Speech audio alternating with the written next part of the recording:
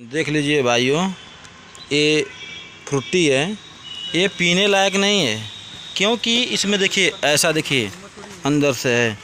जो साफ दिखता है उसे पिए और जो नहीं दिखता उसको न पीजिए और ना अपने बच्चों को दीजिए, क्योंकि आज के समय में ये फ्रूटी नहीं पिला रहे हैं, अपने बच्चों को अपने परिवारजनों को जहर पिला रहे हैं।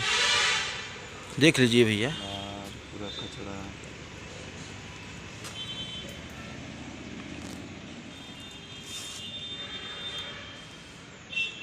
काम करवा जाए कि नौटंकी ए भैया चल बा एक बोलो हैं बस दोनों की लेके जाए। चलो शुरू करो।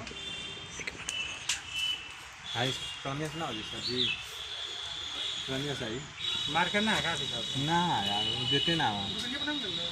हम गए नहीं है दुकान में मारन खाते और स्पेस खाते स्पेस में तो काम हो गया बे ना चला हम और देखता आवत एक बोलो मार के देत ना हवे मार के देत ना